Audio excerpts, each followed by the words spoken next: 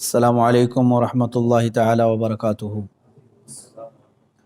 الحمد للہ الحنان المنان الذي خلق الانسان وعلمه البیان والصلاة والسلام علی رسولہ سید الانس والجان وعلی آلہ واصحابہ ذوی الخیر والاحسان، اما بعد فاعوذ باللہ من الشیطان الرجیم، بسم اللہ الرحمن الرحیم۔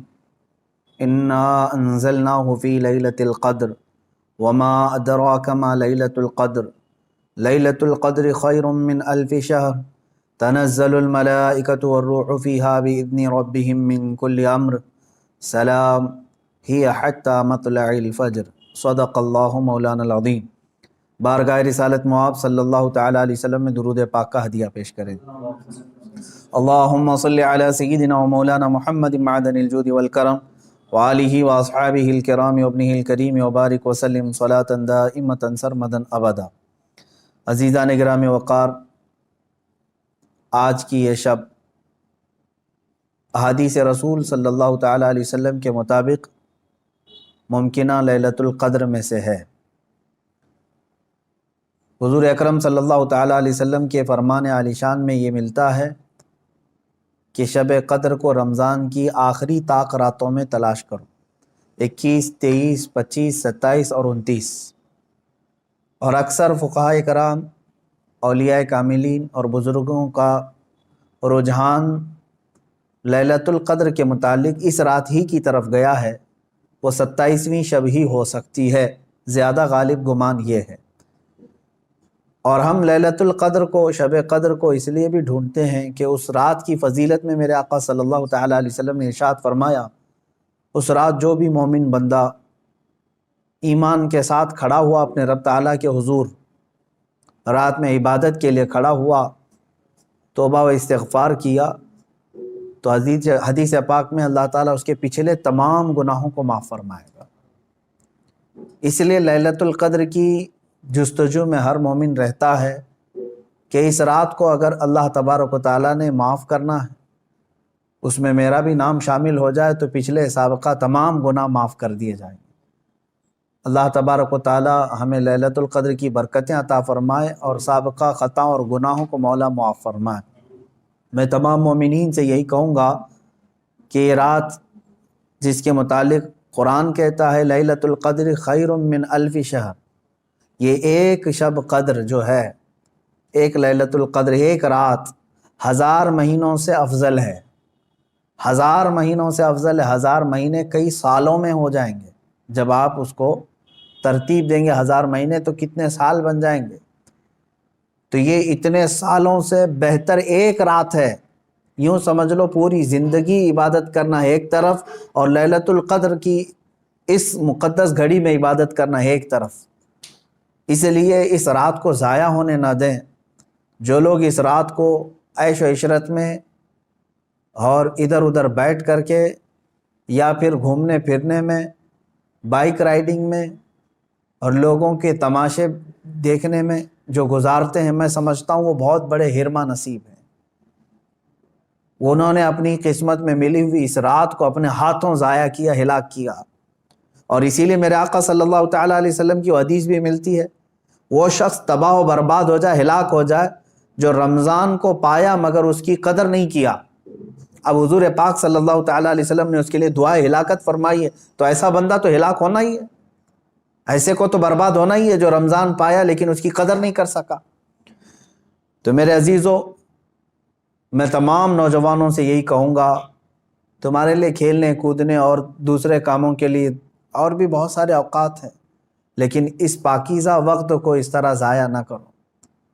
اور جو دیکھنے میں ملتا ہے، اس رات کو لوگ دوست احباب کے ساتھ نکل پڑتے ہیں، چلو عیش و عشرت کرنا ہے، کچھ گھومنا ہے پھرنا ہے، لوگوں کو پریشان کرنا ہے۔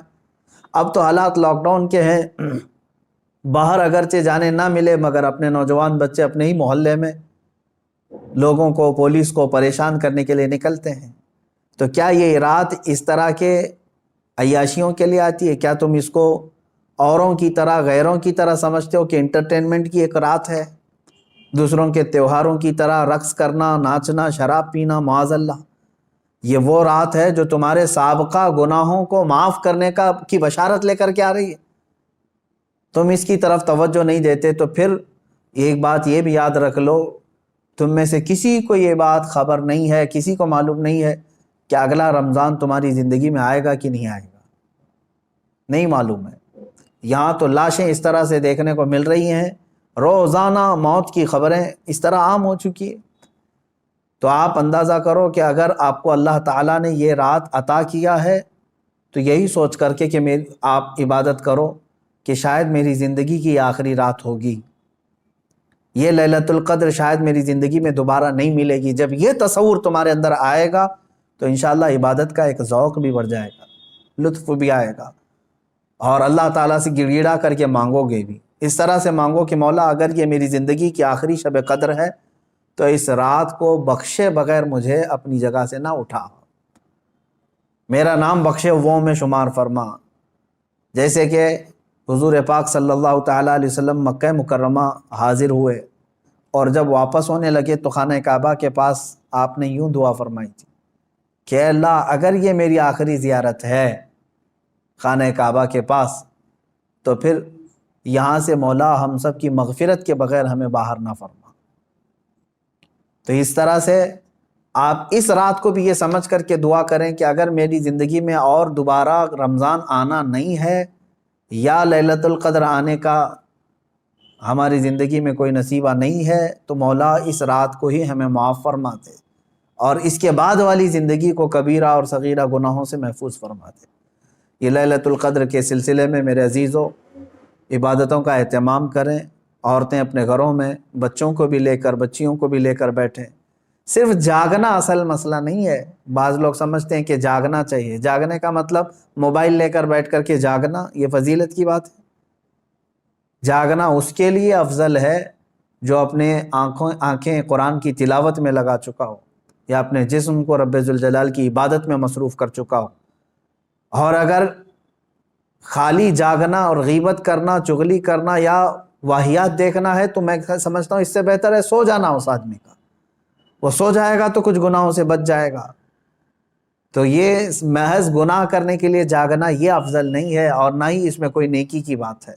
اللہ تبارک و تعالیٰ سب کو اصلاح کی توفیق عطا فرمائے۔ آج میں خصوصیت کے ساتھ اس لیلۃ القدر میں آپ تمام کے سامنے حاضر آیا ہوں ایک درد دل لے کر کہ فلسطین کے مسلمانوں کے ساتھ جو حالات آج پیش آ رہے ہیں یہ نئی بات تو نہیں ہے، پچھلے 70 سالوں سے وہ اس ظلم کو برداشت کر رہے ہیں، لیکن اب حد ہو گئی ہے مسلمانوں۔ مسجد اقصیٰ میں بیت المقدس میں اسرائیلی پولیس داخل ہو کر اپنے جوتوں سمیت اور گولیوں سے مسلمانوں کو نشانہ بنانا، باضابطہ ہمیں وہاں کی جو خبریں آ رہی ہیں لوگ نماز میں مشغول ہیں، دعاؤں میں مشغول ہیں۔ کل بڑی رات تھی وہاں پر، کل لیلۃ القدر تھی، شب قدر کے لیے وہاں پر ہزاروں کی تعداد میں لوگ جمع ہیں، بچے بھی ہیں، بوڑھے بھی ہیں، جوان بھی ہیں، عورتیں بھی ہیں، وہ پیچھے آمین کہنے کے لیے آ بھی جاتی ہیں۔ ان سب کو ان ظالموں نے نشانہ بنایا ہے۔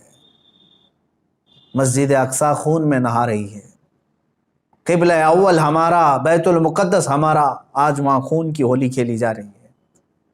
اب مجھے یہاں پر بات صرف اتنی کرنی ہے کہ وہ کہاں گئے سیکولر کے بھوت، وہ کہاں گئے جو انصاف اور امن و امان کی بات کرنے والے، ہیومن رائٹس کی تنظیمیں، کیا ان کے منہ میں گھی لگ گیا ہے؟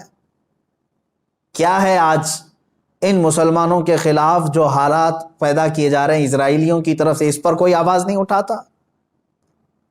یہ دہشت گردی نہیں ہے میرے عزیزو؟ آپ سمجھو پوری دنیا ایک طرفہ دہشت گردی کے لیبل کو صرف مسلمانوں پر چسپاں کرنا چاہتی ہے۔ ورلڈ کا سب سے بڑا دہشت گرد ہے یہ اسرائیلی حکومت کے انڈر میں اس طرح کی جو سازشیں ہو رہی ہیں۔ آپ سوچیں کسی بھی مذہب کے، کسی بھی دھرم کے لوگ جب عبادت میں ہوتے ہیں تو گویا کہ وہ دنیا سے کنارہ ہو کر اپنے اپنے خدا کے پاس جا رہے ہیں، یہی تو ان کا تصور ہوتا ہے۔ عبادتوں کے وقت کسی کو گولیوں کا نشانہ بنانا اور صفوں کو درہم برہم کرنا اور بچوں پر بھی گن تان لینا اور وہاں کے نوجوانوں کے سر پر جوتیاں رکھ کر کے کھڑے ہو جانا عورتوں کے دوپٹے کھینچ لینا، یہ ہے ایک چہرہ اسرائیل کا جس کو دنیا بتانا نہیں چاہتی، اور وہ سب حد پار کر کے بھی امن کے مسیحا ہیں اور دہشت گرد ہم ہیں۔ وہ قتل بھی کرتے ہیں تو چرچا نہیں ہوتا، ہم آہ بھی کہتے ہیں تو ہو جاتے ہیں بدنام۔ میرے عزیزو، اب یہ وقت قیامت کے قریب کا ہے، آپ دیکھو کہ تمہارا مسیحا ہے کون تمہارے لیے آواز اٹھانے والا ہے۔ تقریباً 57 ممالک اسلامی نام سے جانے جاتے ہیں، ان میں کا کوئی لیڈر سوائے ترکی یا کچھ لوگوں کے؟ یہ سارے اپنے عیاشیوں میں مصروف ہیں۔ فلسطین کے بچوں کو ایک لقمہ کھانا دینے کے لیے بھی سعودی عرب کی حکومت تیار نہیں، امارات تیار نہیں۔ یہ تو اسرائیل کے ساتھ پینگے بڑھا رہے ہیں، اسرائیل کے ساتھ معاہدے کرنے چلے ہیں، اپنی پراپرٹیاں اور اپنے ایئرپورٹ ان کو گروی دینے کے لیے چلے ہیں۔ سمجھنے کی آج ضرورت ہے، جہاں اسلامی ملک ہم سمجھ رہے ہیں، سعودی ہو یا امارات ہو یا بحرین ہو یا قطر ہو، یہ تمام ممالک، ان سب کی نہ جانے کون سی مجبوریاں ہیں، یا ان کے گھروں میں کون سے یہودی آ کر داخل ہو چکے ہیں، یہ واللہ عالم۔ کہ نہ سیریا کے مارے جانے والے مسلمانوں کے لیے بات کرتے ہیں، نہ فلسطین کے نہتے بچوں کے لیے بات کرتے ہیں، نہ یہ برما کے قتل عام پر کوئی بات کرتے ہیں۔ ان کو تو کچھ لینا دینا نہیں ہے امت مصطفیٰ سے، بلکہ یہ الٹا امت کے ان غریب مسلمانوں کو بلیم کرتے ہیں کہ یہ اس طرح دہشت پھیلاتے ہیں۔ ایک وقت آئے گا، دیکھ لینا، ان کی کرسیاں ہلیں گی، وقت آئے گا جب ان کے تاج اچھالے جائیں گے، یہ سب بہت بری موت مارے جائیں گے۔ اس لیے کہ میں نے پڑھا ہے، کفر کی حکومت تو چل سکتی ہے لیکن ظلم کی حکومت نہیں چلے گی، ظلم زیادہ دن تک نہیں چلے گا، یہ صدائے بازگشت ہے، پلٹ کر کے واپس آنا ہے۔ آپ کو پتہ ہے، میں نے دیکھا ہے فلسطین کے بہت سارے لوگوں کو جن حالات میں وہ زندگی گزار رہے ہیں، اللہ کی پناہ، 35 سال 40 سال سے ان کی مارکیٹوں پر کرفیو لگی ہے۔ کرفیو سمجھتے ہیں، ایک دن 2 دن کرفیو لگے تو ہمارے دکانوں پر تالا، اور 40 سال سے کرفیو لگا کر کے رکھے ہیں کچھ مارکیٹس میں، بازاروں میں، دکانوں پر جالے لگ چکے ہیں، بہت ساری پراپرٹیاں اور جائیدادیں ہڑپ کر کے اسرائیلی غصب کر کے بیٹھے ہوئے ہیں۔ یہ ساری کی ساری چیزیں بنا ان عرب لیڈروں کی اجازت کے اور ان کی منظوری کے نہیں ہو رہی ہیں۔ یہ سب میں ان لوگوں کی ہمدردیاں شامل ہیں۔ انہوں نے سعودی ہو یا جتنے بھی یہ مسلم کنٹریز ہیں، فلسطین کے بچوں کے خون پر اپنی کرسیاں بچھائے ہوئے ہیں۔ آج ہمیں درد ہوتا ہے اس بات کا میرے عزیزوں کہ اب مسجد اقصیٰ کو بھی انہوں نے پامال کر دیا، مسجد اقصیٰ کے اندر داخل ہو کر کے اپنی گن کو اٹھا لیا اور عبادتوں کی اور صفوں کو وہاں پر درہم برہم کر دیا۔ اب یہ تمہارے سمجھنے کا وقت آ چکا ہے، اب مسلمانوں تمہارے اتحاد کا وقت ہے۔ لیکن ہم تو یہاں سے آواز اٹھاتے ہیں، جتنا ہو سکے میں بیدار کرنے کے لیے آواز اٹھاتا ہوں، ورنہ رہ رہ کے 100 زخموں کا خیال آتا ہے، کس زخم پر ہم بات کریں آج۔ اسی لیے وہ حالی کا شعر مجھے یاد آتا ہے، رسول پاک کی طرف مخاطب ہو کر کے حالی نے کہا تھا، اے خاص ہے خاصان رسول وقت دعا ہے، امت پہ تیرے وقت عجب آ کے پڑا ہے۔ آج یہی حال تو ہے امت پر، ایسے حالات کہ ہماری بہنیں بہت چیخ رہی ہیں اپنی عزت کے لٹنے پر، ہماری ماؤں کو بے آبرو کیا جا رہا ہے، لیکن ان کی مدد کے لیے اٹھنے والا کوئی شہسوار نظر نہیں آتا۔ مشرق سے مغرب تک، شمال سے جنوب تک ایک چپی اور ایک خاموشی ہے، ایک ایسا سنسان ماحول ہے کہ سب اپنوں میں اور اپنے آپ میں مست ہیں۔ تمہیں معلوم ہے آج ہم افطاری کے لیے بیٹھتے ہیں تو بڑی بڑی نعمتیں کھا لیتے ہیں، ان بچوں کا کیا ہوتا ہے جن کی افطاری کے وقت ان کے باپ اور ماں کی لاشیں سامنے رکھی رہتی ہیں؟ رمضان المبارک ان کا ہر سال اس طرح سے خون میں نہلا دیا جاتا ہے، یہ کون سا انصاف ہے؟ یہ امریکہ جو ہیومن رائٹس کی بات کرتا ہے، دنیا کو انصاف اور جمہوریت دینے کا علم بردار کہلاتا ہے، یہ سب کے سب ان فلسطینیوں کے قتل عام پر خاموشی اختیار کیے ہوں، کہاں ہے وہ اقوام متحدہ، کہاں ہے وہ UN ہے؟ وہاں پر ان چیزوں کی بات نہیں ہوگی۔ ہاں اگر ایک اسرائیلی مارا گیا یا ایک یہودی یا ایک عیسائی مارا گیا تو اس کے لیے تو بوال ہوگا۔ مسلمانوں کا خون سستا ہو چکا ہے، مسلمانوں کا خون بہت عام ہے کہ ان کو کوئی بھی بہا دے۔ اے مسلمانوں، اس لیے آج تمہیں واپس اپنے اسی قدم پر آنے کی ضرورت ہے جہاں پر رسول پاک نے تمہیں چھوڑا تھا۔ میرے آقا صلی اللہ تعالیٰ علیہ وسلم نے جو نقوش ہمیں دیے وہاں پر تمہیں واپس آنے کی ضرورت ہے۔ تم اگر دنیا کی رضامندی کے لیے اپنے آپ کو بیچتے ہو، چند لوگوں کی رضا کے لیے اپنے آپ کو بدلتے ہو، تو یاد رکھنا یہ دنیا کبھی تم سے راضی نہیں ہوگی، کبھی راضی نہیں ہوگی۔ کیوں نہ ہم رسول پاک صلی اللہ تعالیٰ علیہ وسلم کی رضا کے کام کریں، اللہ اور اس کے رسول راضی ہو جائیں، تو پھر ہماری وہ سابقہ قوت لوٹ آئے گی جس قوت سے قیصر و کسریٰ کانپتے تھے۔ وہ ایمانی غیرت واپس لوٹ آئے گی جس سے وقت کا چنگیز خان بھی ہل جاتا تھا، تھر تھر کانپتے تھے۔ وہ ایمانی غیرت اور حمیت واپس آ جائے گی۔ شرط صرف اتنی ہے، ان کنتم مؤمنین، تم سچے نبی کے غلام ہو جاؤ۔ ولا تہینوا ولا تحزنوا وانتم الاعلون، میرے رب کا وعدہ ہے کہ تم غم نہ کرو، پریشان مت ہو، تم بلند ہوگے، لیکن اس کے ساتھ ایک شرط ہے کہ تم نبی کی وفاداری تو کرو، غلامی میں تو آ جاؤ۔ آج فلسطین ہے، اس کے بعد شام ہے، اس کے بعد عراق ہے، اس کے بعد یمن ہے، پھر افغان ہے، برما ہے، یہ سب جگہ مذبح خانہ بنا ہوا ہے۔ جانور بھی اتنے نہیں کاٹے جاتے جتنے وہاں کے انسان کاٹے جاتے ہیں۔ میرے عزیزو، آج کے ان حالات کو دیکھ کر کے مجھے اندازہ ہو رہا ہے اب رب تبارک و تعالیٰ کا یہ قہر ہی تو ہے کورونا۔ جب ظلم بڑھتا ہے تو بلائیں بھی پھیلتی ہیں۔ یہ جتنے ظالم ہیں دیکھ لینا یہ بلاؤں میں گرفتار ہوں گے۔ آج یہ جو حالات پیدا ہوئے ہیں، کثرت سے یہ بیماری کا پھیل جانا اور کثرت سے موتوں کا ہو جانا، آپ کیا سمجھتے ہیں؟ یہ بھی ایک اللہ تعالیٰ کے غضب کی نشانی ہے، یہ اس کے قہر کی نشانی ہے۔ تمہارے پاس لاکھوں کروڑوں بھی ہوں گے، تم بچ نہیں پاؤ گے اس کی پکڑ سے۔ ظلم سے باز آ جاؤ۔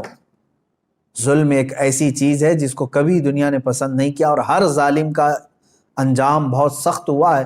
وہ چنگیز خان جس نے لاکھوں کی لاشیں بچھا دی تھی محض گھوڑے پر بیٹھ کر کے، ایک بار اپنے ہاتھ میں کسی چیز کو لے کر کھیل رہا تھا۔ مجھے یاد آتی ہے بات، آج فلسطین کے بچوں کے لیے اب بھی میری امید ہے۔ لوگ یہ کہتے ہوں گے ان کے پاس کچھ نہیں، ارے وہ چھوٹے کنکر اور پتھر سے مقابلہ کر رہے ہیں، سامنے والے پیٹروٹ میزائل لے کر کھڑے۔ اسرائیلیوں کے پاس گن ہیں اور وہ بچوں کی کھوپڑیوں پر لگاتے ہیں، اور دوسری طرف نہتے بچے ہیں۔ لیکن مجھے پھر بھی میرے رب تعالیٰ کی ذات سے یقین ہے، امید نہیں، یقین ہے کہ وہ مولا کریم جس وقت حالات بدلتا ہے تو پھر ان یہودیوں کو دیکھ لینا، ان کو سر چھپانے کے لیے نہ کوئی پتھر ملے گا نہ کوئی درخت ملے گا۔ میرے آقا صلی اللہ تعالیٰ علیہ وسلم کی حدیث ہے، قیامت کے قریب تم دیکھو گے ہر پتھر یہ تمہیں پکار کر کے کہے گا، اے مسلم آ جا ادھر میرے پیچھے، ایک یہودی چھپا اسے قتل کر دے۔ یہ حدیث پاک میں ہے، یہ مارے جائیں گے، ان کا بھی انجام برا ہوگا، سخت ہوگا۔ یہ ظلم کا جو ننگا ناچ ناچ رہے، ان کو کیا لگتا ہے کہ ہمیشہ ہی رہیں گے؟ یہ خود چین سے کبھی نہیں رہ سکتے۔ ذلت والے لوگ، انبیاء کا بے حساب قتل کیا جنہوں نے، پوری دنیا کی آج چین و سکون کو غارت کرنے والا یہ اسرائیل کیا سمجھتا ہے کہ ہمیشہ ان کی حکومت قائم ہو جائے؟ میرے رب تبارک و تعالیٰ کا انتقام بہت قریب ہے، بہت قریب ہے۔ میں جو بات عرض کر رہا تھا وہ یہ ہے کہ فلسطین کے بچوں کے لیے اب بھی انشاءاللہ العزیز امید ہے، آئے گی۔ چنگیز خان ظالم تھا، اس نے انسانوں کی کھوپڑی سے مینار بنانے کا بھی حکم دے دیا تھا۔ اتنے قتل کرتے تھے، جس راستے سے وہ گزرتے پورے گاؤں کو جلا کے چلے جاتے تھے، کوئی نشانی نہیں رکھتے تھے۔ منگولیا کے رہنے والے یہ چنگیز خان نے ایک وقت ایسا آیا کہ تقریباً کئی 100 لوگوں کو، مسلمان بھی تھے اس میں اور دوسرے بھی تھے، قید کر کے لایا اور کھڑا کر دیا۔ قتل عام کا حکم تھا، 3 صفیں لگی ہوئی تھی، اس میں علماء تھے اکثر، ایک بڑی عمر کے بزرگ بھی اس میں کھڑے تھے، وہ پہلی صف میں تھے۔ تو جلاد کو اس نے حکم دیا، چنگیز خان اپنے گھوڑے پر بیٹھا ہوا تھا، حکم دیا کہ قتل کرو۔ تو پہلی صف کو جب قتل کرنے لگا جلاد، تو بڑی عمر والے جو تھے، وہ ایک بزرگ، وہ دوسری صف میں پیچھے چلے گئے کہ پہلی صف والوں کے سب سر اڑا دیے گئے، سب قتل ہو گئے۔ چنگیز خان دیکھ رہا تھا کہ ایک بوڑھا پہلی صف سے دوسری صف میں جا رہا ہے، دوسری صف کے قتل کا حکم ہو گیا، تو وہ بوڑھے میاں تیسری صف میں چلے گئے کہ بچ جاؤں کہیں سے۔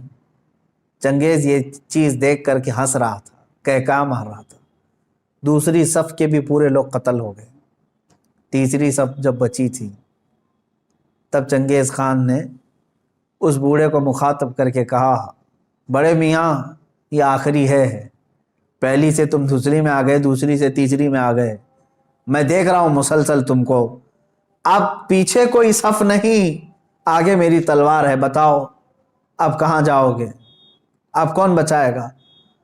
اس بزرگ نے کہا، میرے رب کی ذات سے اب بھی مجھے امید ہے، میرے اللہ سے مجھے اب بھی امید ہے، وہ اگر چاہے تو اب بھی مجھے بچائے گا۔ کہا کہ اب کوئی صورت ہی نہیں ہے تمہارے بچنے کی، قتل عام کا حکم تھا، تیسری صف کے لوگوں کو قتل کرنے کا آرڈر دیا ہی تھا۔ اچانک وہ کوئی چیز لے کر کے اپنے ہاتھ میں کھیل رہا تھا چنگیز خان، اس کے ہاتھ سے وہ گر گئی، وہ چیز جیسی گری وہ جھک کر کے اٹھانے گیا تو گھوڑا ڈر گیا، اس کا ڈر کر کے بدک گیا اور ایسا دوڑا کہ چنگیز کے پیر جو ہے اس کے زین میں پھنسے رہ گئے اور سر نیچے لٹکا رہ گیا، اور گھوڑا اتنا سرپٹ دوڑتا گیا کہ اس کا سر جو ہے پتھروں سے ٹکراتا چلا گیا، اتنا ٹکرایا، لوگ پکڑنے کی کوشش کرتے رہے، گھوڑا کسی کے ہاتھ میں نہیں آیا۔ وہ بہت اعلیٰ نسل کا گھوڑا تھا جو چنگیز استعمال کرتا تھا۔ وہ گھوڑا بھاگتا رہا یہاں تک کہ بہت دیر کے بعد جب چنگیز خان کے گھوڑے کو قابو میں کیا گیا، اس کا سر جو ہے کئی پتھروں سے ٹکرا چکا تھا اور اس کے بعد اس کی موت آ چکی تھی، موت آ گئی۔ اس بابا نے کہا تھا، اب بھی اگر اللہ چاہے تو مجھے بچا لے گا، ظالم اگر سر پر بھی کھڑا ہے، گردن پر تلوار بھی ہے، اگر رب تبارک و تعالیٰ چاہے تو ظالم کو اسی وقت اس کے انجام تک پہنچاتے۔ آج بھی اسرائیل نے اگر حد کر دیا، بچوں کے خون، عورتوں کے خون کو مسجد اقصی میں بہا دیا، تو یاد رکھنا رب تبارک و تعالیٰ دیکھ رہا ہے۔ وَمَا اللَّهُ بِغَافِلٍ عَمَّا يَعْمَلُ الظَّالِمُونَ، اللہ ہرگز ظالموں کے کام سے غافل نہیں۔ انما یؤخرہم لیوم تشخص فیہ الابصار، ہاں وہ تھوڑا مؤخر کرتا ہے اپنی پکڑ کو، لیٹ کرتا ہے، دیر کرتا ہے پکڑ کو، کیوں؟ تاکہ سارے لوگ اس کا انجام دیکھ سکیں، سارے لوگ اس کا انجام دیکھ سکیں۔ وہ تھوڑا سا ڈیلے کر کے بعد میں پکڑ کرتا ہے، اور جو ڈھیل ہوتی ہے اس کو کوئی یہ نہ سمجھ لے کہ وہ جو کر رہا ہے اچھا کر رہا ہے۔ لیکن میں تمام مسلمانوں سے کہنا چاہوں گا، اب بعض لوگ تو اپنی تسبیح اپنے مسلح پر تو آئی گئے ہیں کہ چلو فلسطین کے بچوں کے لیے دعا کرنا ہے۔ ظاہر سی بات ہے، اب دعا کے علاوہ بہت سارے لوگوں کے پاس بچا کیا ہے، آج یہی حالات ہیں ہمارے۔ لیکن ساتھ میں نوجوانوں سے کہنا چاہوں گا، اٹھو وہ گر نہ حشر نہ ہوگا پھر کبھی، دوڑو کہ زمانہ چال اپنی چل گیا۔ جو چنگاری وہاں پر، جو آگ وہاں پر لگی ہے، اس کی چنگاریاں تمہارے گھر میں آنے پر دیر نہیں لگے گی۔ یاد رکھنا، پڑوس کے گھر میں اگر آگ لگی ہے تو چادر تان کر کے سو جانا یہ بیوقوفی ہے کہ اس گھر کی آگ کی چنگاریاں تمہارے گھر کو بھی جلا کر خاک کر سکتی ہیں۔ یہ تمہیں جگانے کے لیے، بیدار کرنے کے لیے ہے۔ جہاں جہاں تم ظلم کی یہ تمام داستانیں سن رہے ہو، وہ چنگاریاں تمہارے گھر سے بہت قریب ہیں، تمہارے گھروں کو خاکستر کرنے کے بھی منصوبے بنائے جا چکے ہیں۔ اس لیے ایمان کے ساتھ اور محبت مصطفیٰ کے ساتھ بیدار ہو جاؤ، قوت عشق سے ہر پست کو بالا کر دو، دہر میں نام محمد سے اجالا کر دو۔